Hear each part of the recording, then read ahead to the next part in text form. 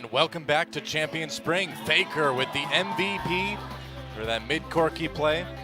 It was pretty sick, wasn't it? It was pretty sick, especially just the way he used the package. Now, I do think that Sky really misplayed very hard around the package usage, but even in these team fights, we'll see Faker do quite a good job, especially just his reflexes here on the cleanse and flash combo on Antara's Twisted Advance right there. Well, you gotta respect Corky's package. If you don't, you're in for a world of hurt. Just like CJ. I don't know how to take that comment. I don't know any other way to take it. I mean, Corky's got a package, and when he brings it to you, just like he's bringing it to Sky right there, he wasn't ready for it. Yeah, a lot of this, again, was Sky playing too far forward in the lane when Faker had recalled. It was pretty transparent, so I think Sky maybe having a bit of nerves here. Again, he is a rookie player, so you can expect perhaps a little bit of a lack of confidence. That's just beautiful, though. Yeah, look at that. What a package. What a package. Faker, the complete package. The coming total in. package. The total package, getting 3 people. Yep. And then just pretty simply using his spellcasting from the outside. Yeah. Flash forward right there, and he'll Valk in for a final kill in the fountain. That is some terrifying Corky play just in general, and Kramer, a little bit, it's a tough initiation to champions for that guy. Yeah, it is, but I think that we saw some pretty, well, should be common team compositions, especially SKTs in the draft on this patch. Says Faker Senpai knows. And Beaming out of control. But maybe CJ should not play pick compositions when there's a Tahm Kench in the top lane. It is very hard to make picks when you try and land an arrow and then Tahm Kench shows up and then just eats the AD carry and brings him to safety. Or even if you're trying to make picks onto Tahm Kench himself, because he just has so much HP and defensive stats that, you know, with a Maokai and a TF gank, you're probably just not going to kill him. Yeah. And I think that SKT really doing a good job of making the Tahm Kench work as a priority pick in the first round of the draft on red side. We will be switching up sides in game number 2 here. Yep. Picks and bans for game 2 between SKT and CJ Entus. Reach, trying to whip these guys into shape. Interesting to me that SKT has banned out Fior on both sides. Maybe a pick that Duke isn't that comfortable on yet, because it's a big change in their strategy that we saw at the World Championship with Marin, where it was definitely a major priority for this team. Yeah, very true. There's a Rise ban, of course, against Faker. Just not something you want to let the guy play, but... Yeah, this is really interesting. So Fior and Lissandra have definitely historically been very potent picks for SKT, because Lissandra's a very good flex pick when they had Marin, because Marin was probably the best top lane Lissandra player in Korea. And of course, Faker no slouch on that particular pick either. So banning it on both sides, again, is a major change. So perhaps, again, Duke not exactly comfortable on those particular champions. They also might just want to take a longer team fight because they're leaning away from even picking Lulu first. So same bans on both sides of the rift here. Wow. For SK Telecom. It's not something you see very often. And same thing so far for CJ. MF was the final ban in the last game. What's it going to be this time around? A lot of good picks. Tahm Kench that's probably taken smart. away. Yeah. This will force a little bit of a different style of composition out of SK Telecom. And fortunately for us, we will get to see Oh boy. Duke playing something else. But MF going to come through. And of course, MF just very mobile at the current time with the changes to her kit and the difference to Strut. Easily able to get back into lane, so it is hard to take turrets against MF because she can just get back so quickly from recalls. And also just her trades are pretty ridiculous with her new passive and double up right now. Yeah, well, the range on her slow, too, is just crazy. So, anyone who's been playing League lately knows that you have a hard time when you lane against an MF. So Kindred Alistar priority once again for CJ, so they're not going to be mixing it up very much. Bubbling, it wasn't really his Kindred play, it was his jungle pathing last game that was a bit rocky. He didn't really play around his team's pressure that well, and it did get him caught out a couple of times. And we could see Alawi, I suppose. I mean, Elise still a powerful pick in the jungle, but yeah, do you actually think we're going to see that Alawi? It sets up an AoE Wombo combo, so that's true. A possibility for sure. SKT could entirely switch gears here, where they were going more for a poke style composition with protect the AD carry, and now they could just be going for the big bullet time and some more supporting area of effect damage. And this will be our first Alawi game, but Oh, maybe not, after all. might be some Gnar instead. You know, we had Curse of the Sad Bullet Time way back when we were doing the Amumu Misfortune combos, back when Cloud Templar was slinging the bandages around before he went over to casting. But we'll see what sort of new Wombo combos they can come up with now. Well, just a lot of CC taken so far by SK Telecom, and Yeah. maybe an attempt here at a top lane Vlad for a little bit of sustain up against this Gnar. Would seem acceptable, I suppose. Yeah, they're going to need, again, whenever you play the Kindred, you generally are also going to take a tanky top laner because the jungle has changed quite a bit from last season where jungle was primarily used for crowd control and tankiness. And now considering you can carry harder out of the jungle than you could previously, it does allow for more options. When it comes to carry top laners like we saw at the end of last season with the tanky junglers. Now, you can still do that, or you could play this style where you provide a lot of peel for the jungler and allow the Kindred or the Graves to be a primary damage dealer. Lucian's still a very strong pick right now, so no big shock to see CJ lock that in for Kramer. Over on the SKT side, what's it going to be? A lot of good support options right now. There's the Trundle locked in. Well, you got your wish, Doa. Nice. Wolf's Trundle, he's going to be trolling the Rift. It's going to be great. But the Mumu, I don't think so. Yeah. Faker's been playing a lot of LeBlanc in solo queue like he always has. Yeah, also a very safe blind pick, so I assume we're going to see the LeBlanc blind pick here, just because without CJ showing a mid lane pick yet, it does make it a little more difficult. Corky another safe blind pick, and it's going to roll through Bang's litany of troll choices. Victor, pretty safe, just again, solid wave clear. Not a whole lot changing with him. And that will be a blind Victor. Okay. Well, we'll see how it goes. Victor hasn't been quite as popular lately, but still it decent pick. It goes into the AoE combo, right? Plus, Yeah. the choke control with the Victor Trundle combination. Basically, if you're doing Baron, good luck getting through Gravity Field and Pillar. Like, there's basically no way to stop them from doing a Baron when you have that much control over choke points. And the enemy jungle will be a very dangerous place for CJ to fight, or even their own jungle. Simply because there are going to be so many avenues blocked by SK Telecom, and the threat of the Gnar ultimate, bullet time over the wall, can be pretty brutal. So, well, SKT has so many good methods to funnel CJ into chokes Scary. and then blow up. Yeah, very scary. really, really cool. Can't wait to see how Wolf's going to be able to use that pillar when it comes to fighting. There's a LeBlanc locked in for Sky. Yeah, LeBlanc, especially with the new Keystone Mastery system and the fact that you do have the Thunderlord, which adds even more burst, really, to her kit right there. Yep. So she is very, very powerful and generally a pretty safe laner in almost every situation. There have been some rumblings that I've heard, talking to some pro players, that Syndra is currently a viable counter pick against LeBlanc, but I haven't seen it myself. Okay. Well, any way you slice it, CJ has a lot of work to do if they want to come away from this series looking anything but weak. We'll see if they can come back and maybe put up a bit of a fight in Game 2 as we see our final lineups for both of these teams. Trundle Misfortune bot lane. Welcome to Season 6, guys. Quite different indeed, but SKT trending more towards AoE teamfight composition. Looking to use the terrain to their benefit. Should be interesting. While CJ, Entus, a lot of the same picks. We'll see if Bubbling and Sky can do a little bit more damage this game, moving away from the pick composition at the very least. Yeah, should be awesome to see. I love the big Wombo combo, team fight comps. My favorite way to see League.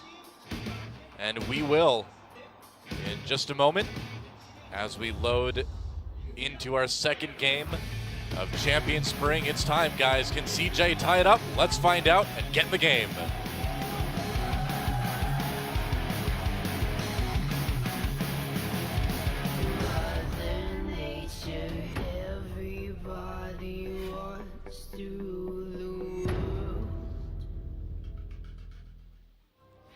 And we're back once again.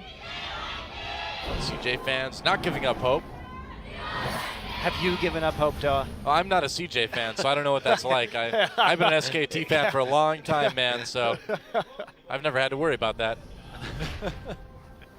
And that's how he deleted 2014 from his memory. There you go. Hey, well, you know, they almost, well, yeah, it didn't. It wasn't a great year, but it's a better year than CJ. Put it that way. Sounds good. We'll see if Sky can get any more traction going on this LeBlanc this game. Wolf already chasing Mad Life away. Beef is tasty. He wants to take a big bite. What a debut game for Sky. You really don't wish this on anybody, do you? No. First professional game versus Faker. Yeah, I mean, what can you do, right? I mean, it's your first professional game against Faker. It's tough, man.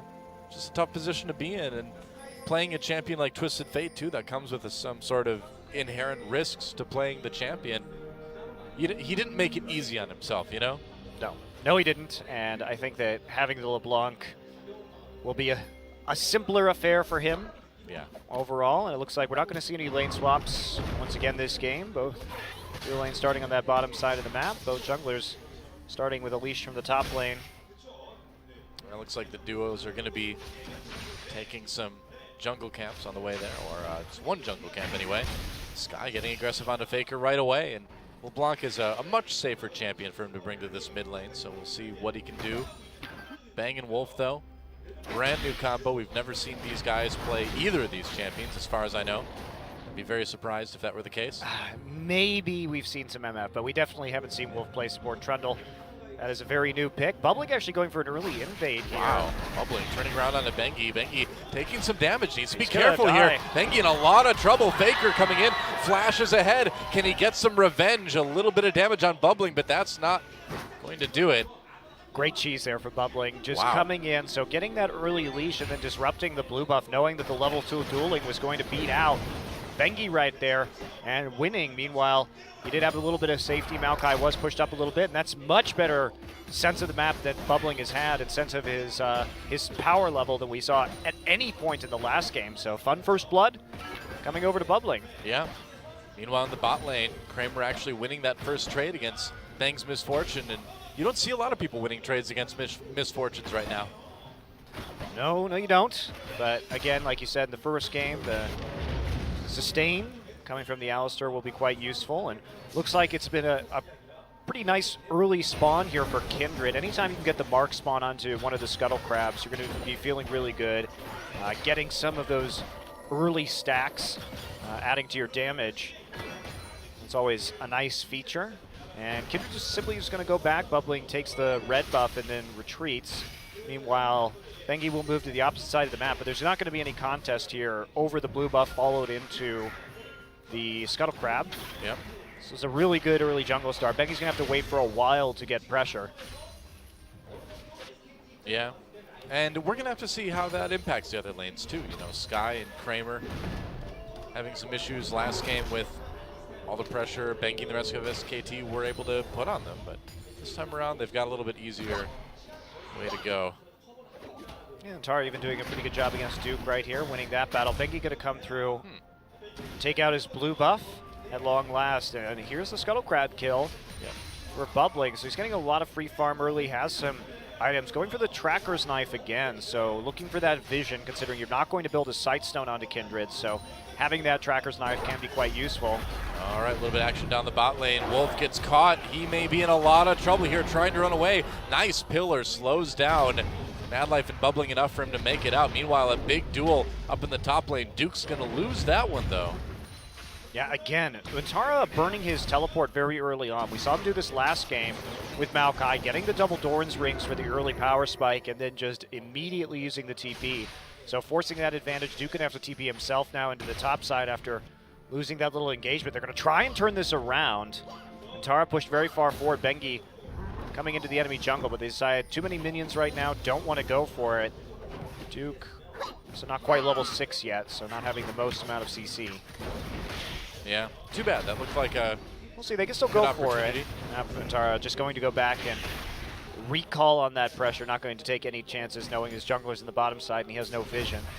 So safe game, and Tara not getting that same CS advantage that he has last time, but forcing Duke into a double Doran's purchase of his own. Speaking of CS advantages, Sky has managed to get a little bit of one against Faker here. Not a huge one, but a little bit. Yeah, Faker back to lane first. He'll even it up pretty quickly, and we do see what is going to be pretty common if you guys have been out of the scene for a little bit, which is a lot of Frost Queen's claims on mid laners, especially on 524. So what this does is it's an item that provides some nice stats, some extra gold, but also in a meta with lower vision because of the changes to the number of wards and the kinds of wards you can have. It makes it so you actually do get some knowledge by popping the Ghost, the active ability, and it's a very long 4-second slow in team fights too, so it allows you some pretty good crowd control in the midst of a team fight. Yeah. Duke on the run, gets slowed down a little bit. I don't think they're going to be able to catch him though, no. Easy escape for Duke. But you're right, I mean, the vision game has changed so much this season. No more buying green wards, you can only get those from items. And it's made everything a little bit more dangerous, a little bit more exciting, and it's made vision control a lot harder. Yeah, certainly has. Bengi is still doing a good job of getting some deeper wards in though, in spite of that early death, and so far coming out on top with at least a minor farm advantage. Hasn't had the same number of shops though, and looks like Faker's going to start pushing up using his Death Ray, and they're going to go for a dive here on the bottom side. Mad Life's still only level 4, so he won't be able to tank this. All right, well, they know what's up now. There's the slow. Mad Life in a little bit of trouble, goes back in onto Wolf and Bang, but he's going to lose a lot of health doing it again. No ult for Mad Life equals an easy kill for SK Telecom. They committed a lot to it, but it looks like they'll get away with it. Yeah, nice job. Faster on the roam. They knew both top laners' TPs were down. No unbreakable will yet. And just like the plan, I'm sure they had going into it, Wolf got the kill. Of Worked course, out naturally. perfectly. Yep. Quality trolling. They may go back for round 2 right here. Kramer still sitting under the turret. Now, you know there's a pink ward there. Yeah. I think you can try and come around the back and get a cocoon down. Well, they forced the flash at least. They'll be able to get a lot of damage onto the turret if they want to. Yeah, still a nice win. You can see Bang really out trading and out CSing Kramer here. Both summoners now down on the AD carry, so huge advantage for SKT in that bottom lane, and you see how precise. Just thinking about how SKT set that up. Methodical warding through the enemy jungle from Bengi to start it off. Faker pushes the lane, and they immediately transition down into a roam on the bottom side through the enemy jungle. Great read, and this is a lot of pretty textbook League of Legends that's being played tonight by SK Telecom. Pretty much what you'd expect in an ideal situation about how to push through to objectives, gain the vision you need to make airtight plays. Yep, and it's good to see too. I mean, it's good to see just standard by-the-book play coming into a new year, new season. They made a big change in the top lane, so why not keep things simple right away? Yeah, Duke, he hasn't had a big burden on him tonight. Most of the map movement has been done by Bengi and Faker so far in this series, and they haven't been relying on him for teleport ganks in the laning phase, just simply on split pushing and better TP usage later on in the game, and he's been delivering on that front. Yeah. Now, SK Telecom has a lot of vision around this dragon. Do you think they're going to try to go for it soon? They have that opportunity. Meanwhile, Mad Life here, playing it dangerous. Yeah, Faker maybe in a little bit of trouble too. No, gravity shield goes down, catches Bubbling. There's a Lamb's Spite though. Can he keep him alive for the moment as he flashes away? SKT grabs that kill anyway. Faker hits it with the Chaos Storm. They try to slow down a few more members of CJ with that pillar from Trundle, but no more catches. But I think SKT is going to be quite happy with that. It's the second time that we've seen Bubbling sort of misplay pressure as a jungler on that bottom side river. Happened in the first game too, which got him killed. Happened again, and it's going to open up plays like this, and CJ has to be very careful. They have no summoners remaining. Mad Life still isn't level 6. Yeah, Trundle is, so... Yeah, well, pushes Wolf back over the wall here. Bullet time goes down. Bang has to back away, though. Oh, Bang in a lot of trouble at the moment. Utara comes down with the teleport. There's a kill for CJ. Duke came down as well, followed with his own TP. Bengi having to back away from Sky, though. Sky may find a kill here. Bubbling, helping out, and I think this one's going to be another one for CJ. It will be.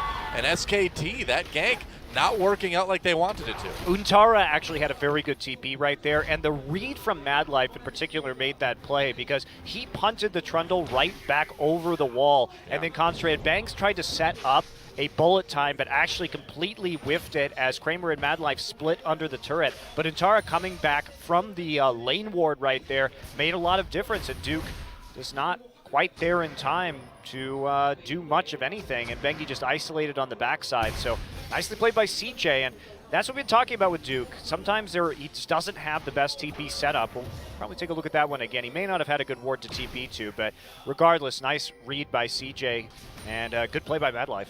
Yeah. Well, Madlife has been playing Alistar for a very long time. Pretty much since his first season, 12 seasons ago. A lot of Madlife Alistar back then. In fact, the champion that he really first made a name for himself on. Everyone thinks about Madlife's Blitzcrank, but he was really known for his Alistar before anything else. Yeah, absolutely true. Something, a champion we've long associated with Madlife's play. Yep. Yep.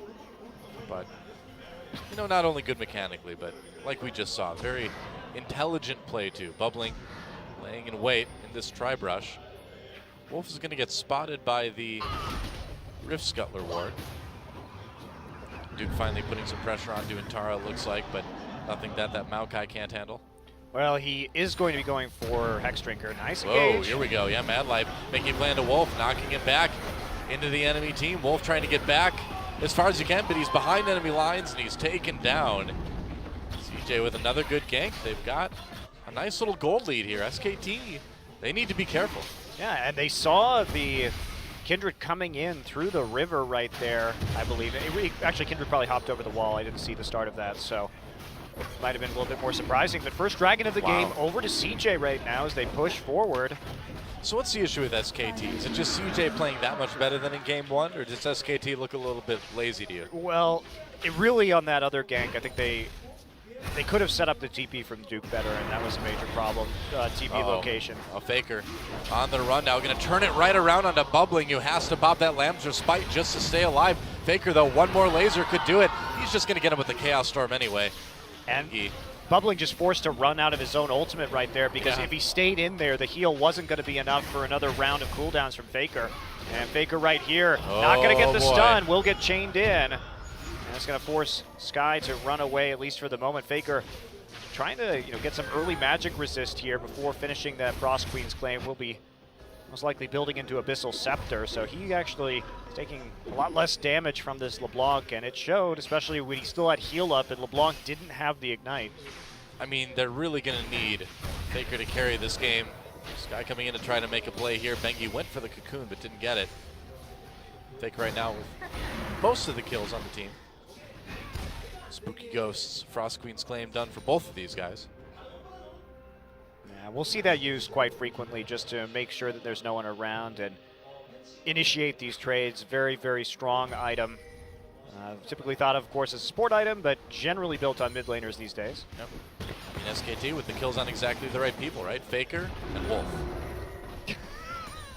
Naturally. Yep, that's what they want. Bubbling taking his own red before moving up towards top lane. We'll see if he tries to make a play onto Duke. There's a ward there, so Duke shouldn't be caught unawares.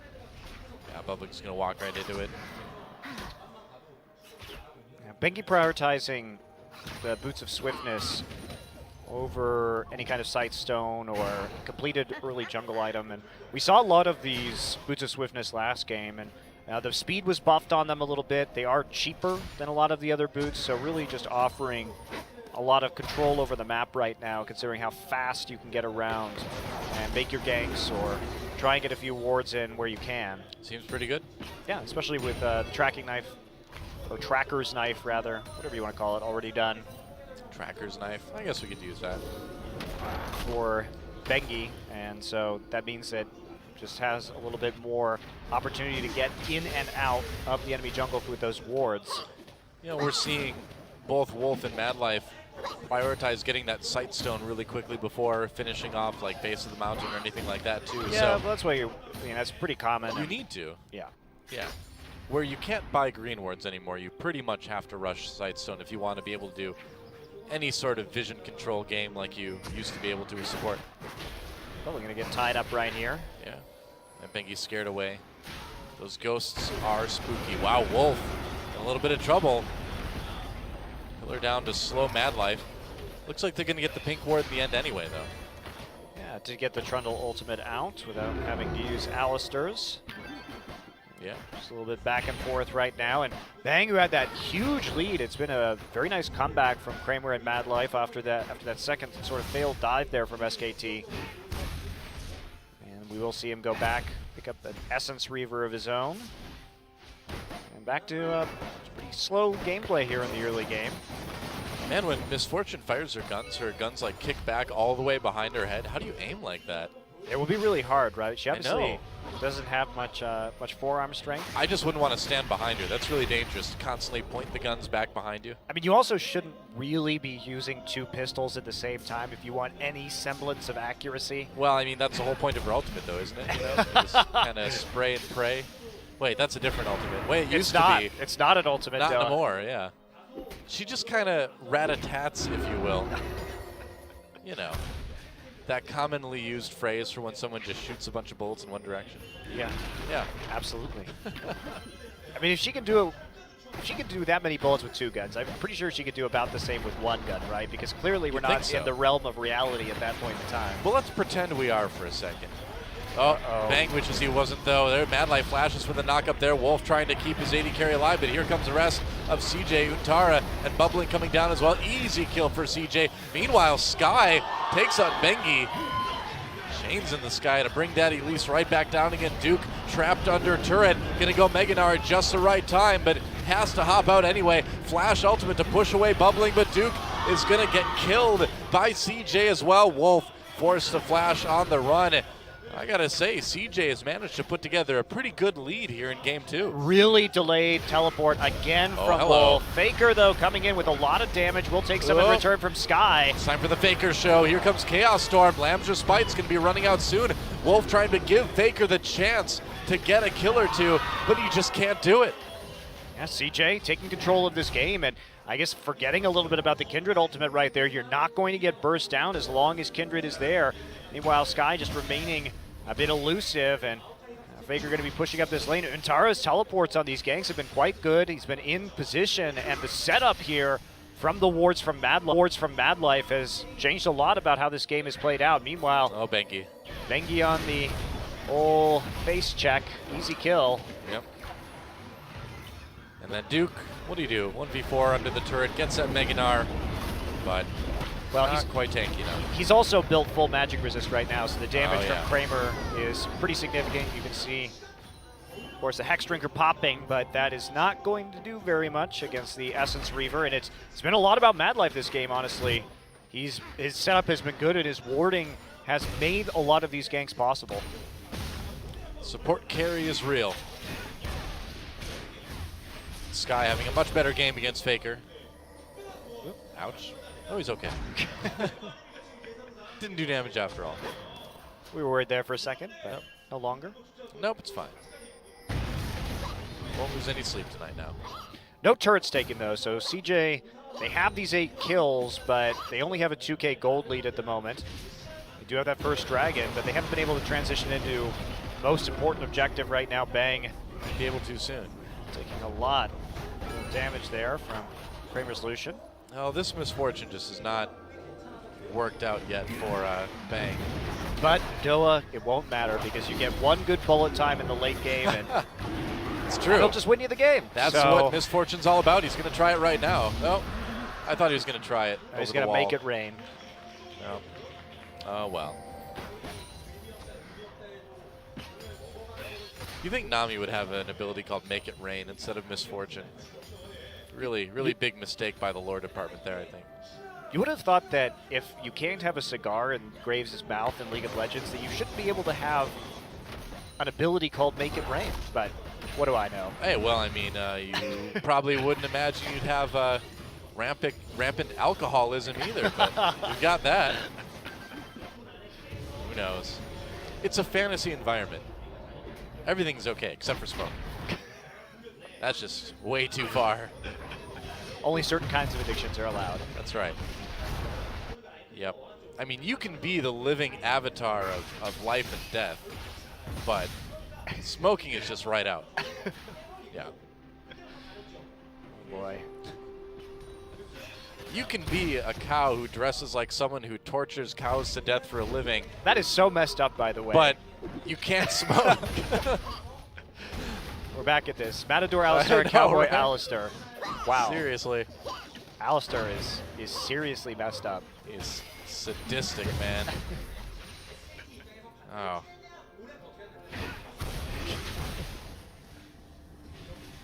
Well, Faker trying his best to keep this lane push. I mean, the game really is on Faker's shoulders right now. Yeah, it is, but again, SKT has such a powerful late game team fight that this small deficit that they've incurred right now is definitely not the end of the world for them. And CJ has to keep snowballing here because they just don't have that same AoE. They do have that strong pick potential still with LeBlanc and Kindred Burst, but getting caught in a Gnar ult and MF ult combo is going to be absolutely brutal. They choose to fight in the wrong situation. Yeah. Taking a lot of damage on that mid lane turret. There's not a lot he can do about it. Well, he can trade with his energy transfer, power transfer, whatever it's called. Something transfer. Transfer student? No. That's not it at all. He's only a student of the game, Doa. It's true. He's a student of, what's it called? Techmaturgy? I don't know. I don't know what the kids are calling it these days. Whoa, Sky going back in, but Faker's ready for him. Drops that gravity storm, or chaos storm. I don't know what's going on anymore. let's just start making up names for abilities. Gets out. Kramer. Whoa. Bang nearly finds himself culled there.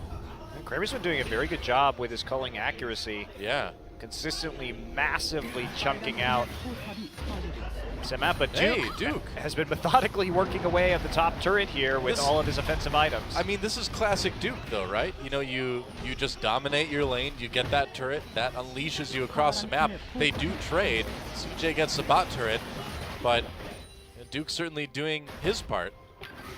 Yeah, he has to get more tanky stats now because he's still not going to be anywhere as useful in a team fight as Untara's Maokai is currently. Yeah. Faker slowly losing his grip over this mid lane. Sky able to consistently deal small amounts of chip damage to it. If you can make Victor lose his grip, that's pretty impressive because he's got 3 hands. Yeah, it's a lot of grip, and one mechanical hand, which we assume has a lot of grip. Yeah, or you just like put whatever they put on those football gloves on your hands so you can catch the ball really easy. I'm sure he's got that on his robot hand. Has to catch his staff sometimes. That's right. That's what I'd use. But in no way does that aid his catching to an unreasonable degree. You know, it's pure athleticism. Everyone knows that. You could definitely make the same catches you could 50 years ago. Yeah, well, I mean, that's why we see it all the time in the old footage. It's obvious. Tons of one-handed catches back then. That's a different game, Monty Cristo. It is. This is League of Legends. Kramer back in the top side. We're seeing a bit of a swap right now. And Duke should be backing off momentarily. Does have the Dead Man's Plate, so that will be of immense use to him in future team fights. Kind of the item he needed to get rolling right here. Interestingly, Untara... Say it might give him some momentum. It will give him some undoubted momentum. I'd say so, too. Well, Bang rotated down to the mid lane. They're going to try to help Faker push this up a little bit, but CJ's got some decent pressure on Baron. SKT, though, they're just waiting for that one major team fight.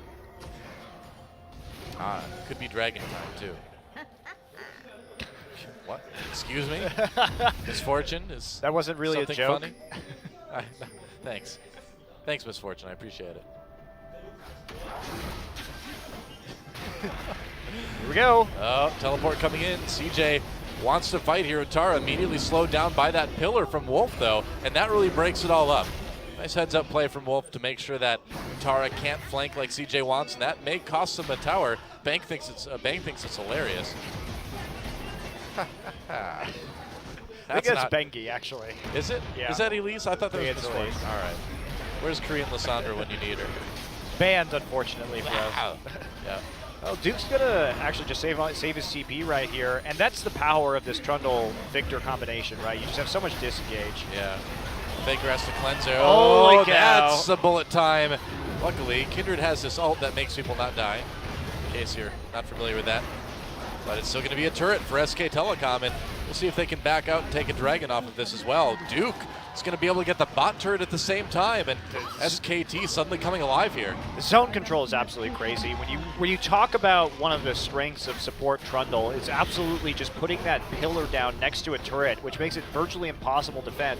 And when you combine that with gravity field and a bullet time right over the top to discourage any attempt to defend a turret, makes it quite easy. And that teleport and the heads-up play defense there from SK Telecom means that they actually get 2 turrets in the end, so that's going to swing the gold right back into SKT's favor. Yeah, good start for CJ, but SK Telecom not out of this one at all. Let's take a look at that. Make it rain, gravity field, and pillar. Jeez. Beautiful use of all 3 abilities. And that makes it quite easy just to push them off the turret, get the chunk damage they need. Yep. A little bit of action in the top lane. Bubbling, making sure that they're able to claim that turret. Sky just really wants to fight Faker all day. Can't blame him. I suppose not. Neither player the death though yet. And Faker just stacking up on some of this magic penetration right now. He's going to need it. The Abyssal and the Spirit Visage already done on this CJ. And Kindred here trying not to explode. Going for the magic resist path. I actually try to explode, not to explode. Oops, I messed it up. I try not to explode every day, Noah. Me too. I screwed up the joke. In the morning when I wake up, I'm like, things I don't want to do today. Explode. That's one of them. Yep. So, great life goal. Bang has the Infinity Edge right now, and since MF's ult itself can deal a lot of crit damage, getting a higher crit chance is pretty important. Yep. So that's going to be a nice power spike for her coming into this game. Rosenhart now done for Untara, but that is, it's going to be helpful, but MF not really going to be reliant on auto attack speed in order to deal damage. See from the vision right now, CJ really does not have a lot of knowledge about what's going on SKT's side of the map. Yeah. I mean, SKT, they have the turret advantage right now. They can just play methodically and wait for late game objectives.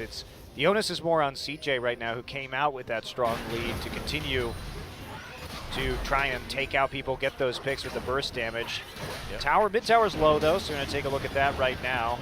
I think we're pretty fast. Yeah, he's gonna get that way. Duke just doing the Duke thing. He's just doing what Duke does, just pushing a lane all day, every day. He'll show up when there's a fight. Maybe. Maybe he will. Probably. A high chance of Duke in the fight. We're just gonna wait here. We saw Untara pick up a pretty quick distortion enchantment this game just to maximize the uptime on his teleport. But that last teleport failure and Duke's being up the entire time, he hasn't had a real chance to make the most use of it. Yeah.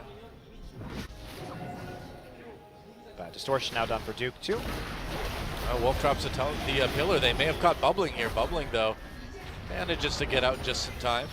Seemed to be a bit of a close call. You do need to watch out. Going into SKT's jungle is not what CJ wants to do right now, unless they are very, very sure that no one is there because of the sheer amount of crowd control and choke control that SKT's composition has. And there are the spooky ghosts. Yeah. Find Sky there, getting a little bit of a slowdown. And they'll clear those wards right out of the jungle and move down the mid lane. And SKT putting a lot of pressure of their own. Gold is dead even right now. Well, they can't really stop Duke. Duke is just going to continue to outpressure this Maokai with his current itemization. And well, it's like we were saying earlier, you know, once he gets some tanky stats, you combine that with the higher damage that Gnar has over this Maokai and the range poking that he has. And yeah, I mean, Untara is just going to have a really hard time going 1v1. Indeed. Some Bad Life now looking for a little bit more deep vision after it's taken away, but Bengi already clearing out that side. And now getting another lane swap here, so Duke going to be heading top. Bang just continuing to hold the mid lane alongside Faker. The wave clear quite good, so try and make a play onto Duke. Forces Duke flash and target a TP. Yeah, coming in with that home guard, Duke could be in a little bit of trouble. Duke backing away, goes Mega Gnar at just the right time. Can Wolf possibly cut them off with a pillar? Mad Life coming from the side though. Good flank, they're gonna go back in onto Wolf. Bengi locks up Untara with that cocoon. Mad Life with the flank from the side. Wolf gets knocked up. Faker getting in position to do a lot of damage. Bullet time shredding away at CJ. SKT needs the kills now. The ult used by Kindred as SKT gives chase. Can they get some kills? There's the execute for Bengi. Now the pillar slows down Maokai. Another one for SKT. Are they going to keep going, or are they just going to shift over to Baron now? Untara has been great in these TPs during the laning phase, and that's something that you can learn how to do in solo queue. Remember, he hasn't had the most play on professional teams. He was in China for a little bit of time, but he wasn't ever on a starting roster in the LPL. And now what we're seeing is that some of his TPs later on just don't have that same effect because he comes in here, but look, Duke was already nearly Mega Gnar with a bunch of tank items at this stage, and it's an easy rotation over from SK Telecom. Meanwhile, they just try and get in the backline. Mad Life tries to zone off Bang, but he punts Wolf in, and that means that everyone is now walking into bullet time from CJ because Bang held it until the CC was gone. And here, Bengi gonna come up, get tangled up in the minion wave, but will flash execute. Bubbling, and then Untara going to get slowed up by that pillar of ice. It's filth in this skin. It used to be just a pillar of filth. It was. But you can't smoke. Well, you probably shouldn't smoke around a pillar of filth. It's probably flammable. That's good. Now I know, we know it the looks real pretty reason. wet, so. Well, maybe it's a flammable liquid. Maybe it is. Yeah. You never know. Bengi might get called here, no? Barely running out of that one. So yeah, a bit of a misplay right there from CJ. And they're slowly losing their grip on this game. Certainly still winnable for them, but it gets easier and easier for SKT's composition as time goes on. Sure does. You know, one thing we haven't talked about is that now that Trundle's popular again, this is really going to be the season where Cloud Templar has to confront the demons of his past, you know? Actual Trundle picks. He's going to have to face that Trundle a lot of games this season. It's going to be tough. But after 4 years, I think it's finally time. It's finally time, Cloud Templar. The healing can begin. Yep, that's right. This is closure for that Champions Winter game. Well, Wolf loses a lot of health, but SKT wants to push this anyway. TP coming in for Duke. Duke almost Mega Gnar gets pushed away by Mad Life though, and not gonna be able to slow him. SKT though has a chance to do something. I don't know where really I'm gonna go with that one.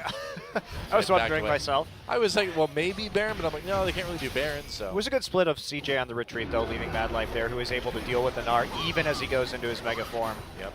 But ultimately, they're not really going to be able to make a play. This will give Untara a nice timing window around his next teleport, should they try and use it. And odds are this means that SKT is just going to wait again for Duke's TP to come up and play around Baron vision as much as they can. Yeah. This mid lane turret still staying up for a surprisingly long time. We're 34 minutes into this game, and SKT has yet to lose their mid lane, and no tier 2s have gone down on either side. Well, already getting into one of the longer games we've seen recently in League. Games have been pretty short overall, but with the nice job that CJ did early on in the game with the comeback that SK Telecom has had to make, it's turned into a pretty even late game. Has.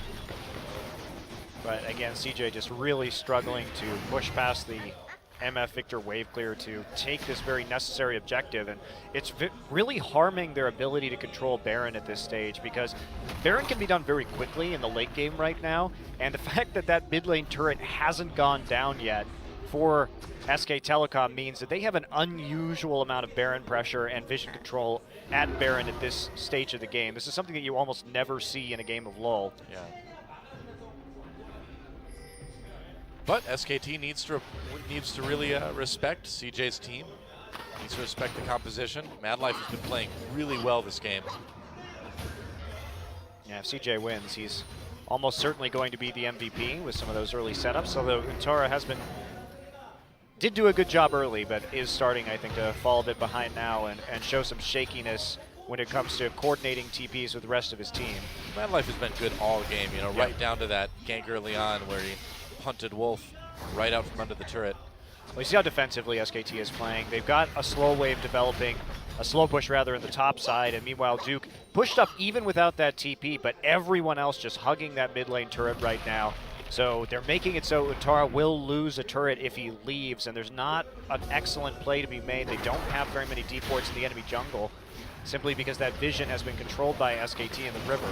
So this is just SKT playing a waiting game right now, intelligently. This is where they want to be and what they want to do. Finally going to get some damage done on this mid lane tier 2. Kramer scared away by that pillar. I wouldn't want to be next to it either. Drops a culling. The turret's still going to go down. Can CJ fight this though? Duke just left Meganar stage, and here comes Bubbly and Untara from the side. SKT could be in trouble. Bangy kind of trapped in the middle. Bullet time over the top, not doing a lot of damage, and Bang has to go on the run now. Untara needs to be careful though, getting low, and Bubbling on the outside of the fight, not doing a whole lot. Faker just runs through the middle of everyone, turns around to lay down some damage, and Bubbling on his own. That's not going to work out, and now Kramer trying to fight for his life, gets pulled back in with the Meganar ult. And SKT somehow, some way turns that fight around. Huge priority on Faker right there. We did see Sky try and come in and burst him down, nearly one-shots him, but can't quite get the kill. Faker barely surviving with the help of his 2 summoners, and then Bubbling also overcommitting with the Lamb's Respite through the middle of the team fight. And that made a very big difference. Sky now going to try and get some kills here, well, if he can, but Faker now coming back with full HP, and they're going to start this Baron. Whoa, Sky being pretty brave going into the Baron pit to poke like that. Looks like they're going to get the Baron though. SKT claims it, but how much can they get out of it? They got a nice gold lead out of the last couple minutes. Let's watch that fight again. I mean, they thought they had this up. Duke was not in Meganar form. It had just dropped out. Madlife does a really good job of dealing with Faker.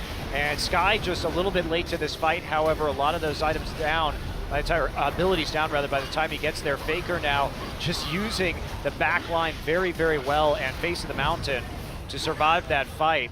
Great reflexes from Wolf, and you see Kramer bottled up here by the Trundle Pillar and then quickly executed by 4 members. So they've gotten Faker, maybe have been a little bit different, but odds are SKT still wins that. But as it is, big overcommitment into that back line. Yep. SKT picks up their 3rd dragon of the game though, after everything is said and done. And Untara with that recall may have left this turret in a bit of a vulnerable place, as SKT is right about to put some pressure onto it with Baron. They're just going to have to give it up. Yeah, they're going to have to give up quite a bit at this stage. I'd say so. Wow, Bubbling caught by that cocoon. Has to drop the Kindred ult just to stay alive. But he's out of the fight for the moment. Sky's still going to be doing a lot of damage though. Bengi taking the... Whoa! Speaking of a lot of damage, Nar takes out a turret up at top in the meantime. Duke's still pushing by himself. Thunderlords is pretty good. Yeah, I would say so. Yeah, Thunderlords, I'd call it a keystone mastery. Maybe a cornerstone mastery. Effectively, yes. We're not going to see too many picks not using that keystone. So, everybody backing off for the moment, though. They don't actually crack the base at the end of that little fight. Yeah, but they do everything but, so they really do have all the pressure right now, and a good amount of vision, too, on CJ's side of the map. Yeah, they can just push right up again. They're going to use Duke on the side lane and just try and siege this mid down. Duke still with the TP edge, bubbling, making a massive chunk from MF. Duke still just doing Duke things. Got that turret really low already.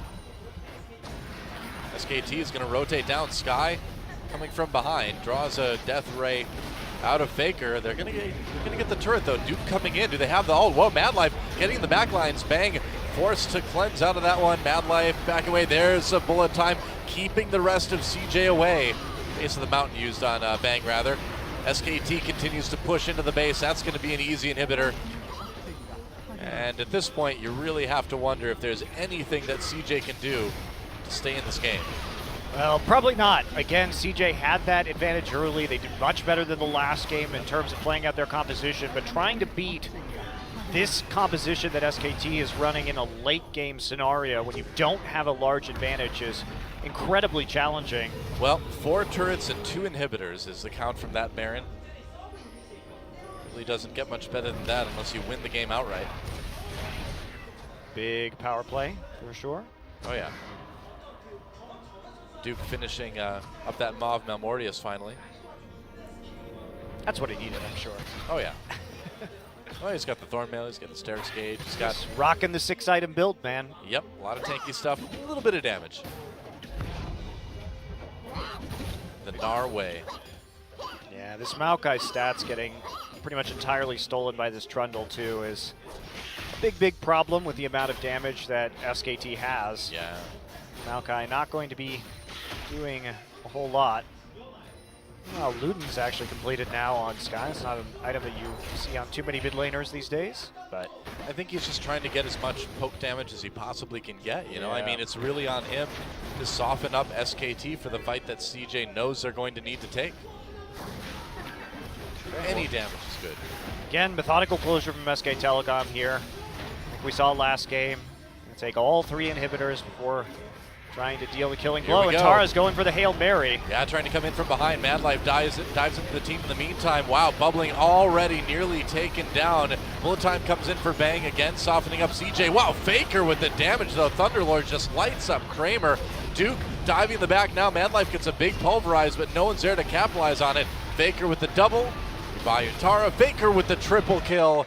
That's going to be it. They're going to take out the last inhibitor turret, take out the last inhibitor. Frustration on the faces of the CJ players, but SKT is back, guys. And you got to wonder, I'm going to say it right now, SKT wins Season 6 Worlds. I think the sample size is large enough for me. GG. Very impressive game from SK Telecom, especially game 1.